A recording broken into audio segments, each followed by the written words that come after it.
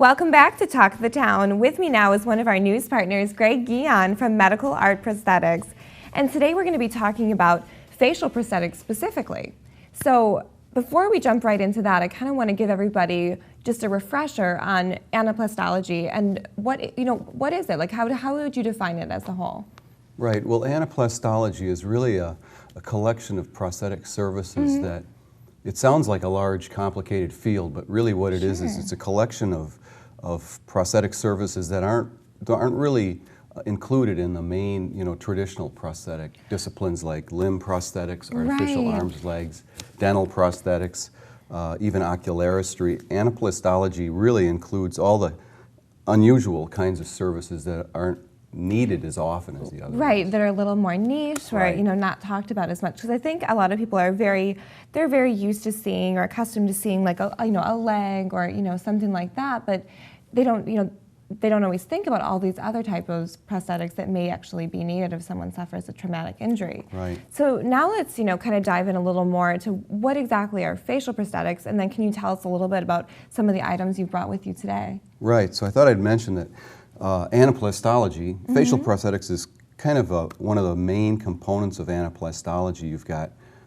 Within anaplastology, you've got breast prosthetics, some ocular prosthetics, finger, hand prosthetics, right?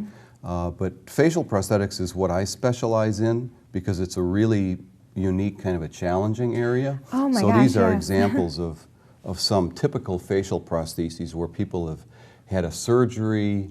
They may have had some tissue removed, sometimes possibly the whole part or the whole nose. So this is an example. Oh, wow. I don't know if you can see that or not, of a nasal prosthesis.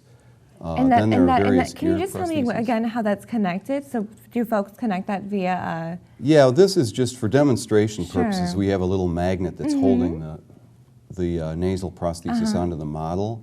But typically these are either held in place with either adhesives or with bone-anchored implants. Oh, wow. That do involve magnets. And this is an example, for instance, of an ear prosthesis that's held in place with bone-anchored implants. Oh my gosh.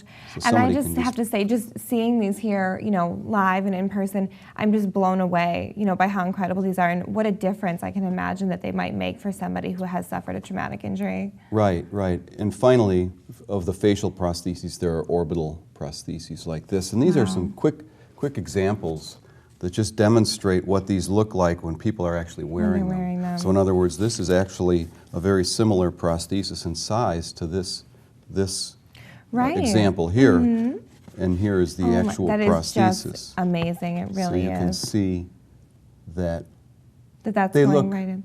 If I could not tell which eye had the prosthesis in it. I really couldn't. Right. That's and amazing. This is actually a good example, or this is actually this model. I don't know if that can be seen or not. Wow. So when they're in place, they're really difficult to detect. Oh my gosh, yes. And so I mentioned facial prosthetics is really kind of a specialty. It's something that takes a lot of time and effort and focus to it really is develop to the art. stage. Yeah, definitely art. And other than that, other than using your skill to do this, is there any new technology that you're utilizing currently? There is. I don't have an example with me, but it's not really new technology in terms of coming up with a final prosthesis, but it's part of the process. So you've heard about scanning and 3D printing. Yeah, it's real big these days. I work with the biomedical engineering department at the university, and the folks there actually scan and, for instance, ear prosthetics or someone's ear, and then reverse that information and then 3D print the other ear. Oh, so it's an exact match. Yeah, exactly. That way we get a perfect mirror image. Wow. So there's parts of the process like that. That you really can help. utilize that kind of technology for it. That is very cool. I know 3D printing as a whole has just been kind of a hot topic lately as far as what can we use it for, what can it do for us. So I do like that in this instance, if you create a prosthesis, you can imitate it and utilize that, the scanning feature and the 3D printing feature to make sure that it matches someone, on both sides. It just it does save a lot of time because up to that point, I was literally having to hand sculpt everything. Yeah.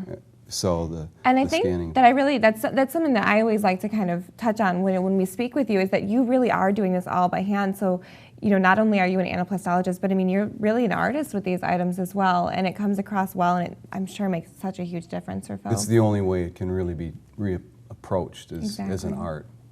So before we go, can you just tell us really quick whether insurance is able to cover facial prosthetics? They do. Insurances do cover facial prosthetics. It's always uncertain as to how much they're going to cover.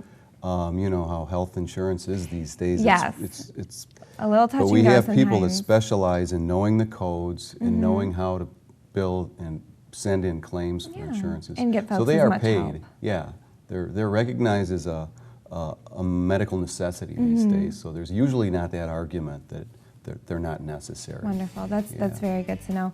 Well, it's been great talking with you, Greg. I'm sorry that it feels like it always goes so goes short. It fast, goes so yeah. fast, but it was great to see these items. Thank you for bringing those in, and Thank it's you. always a pleasure to talk with you. So once You again, too. this is Greg Gion from Medical Art Prosthetics, one of our news partners here on Talk of the Town. We'll be right back, so stay tuned.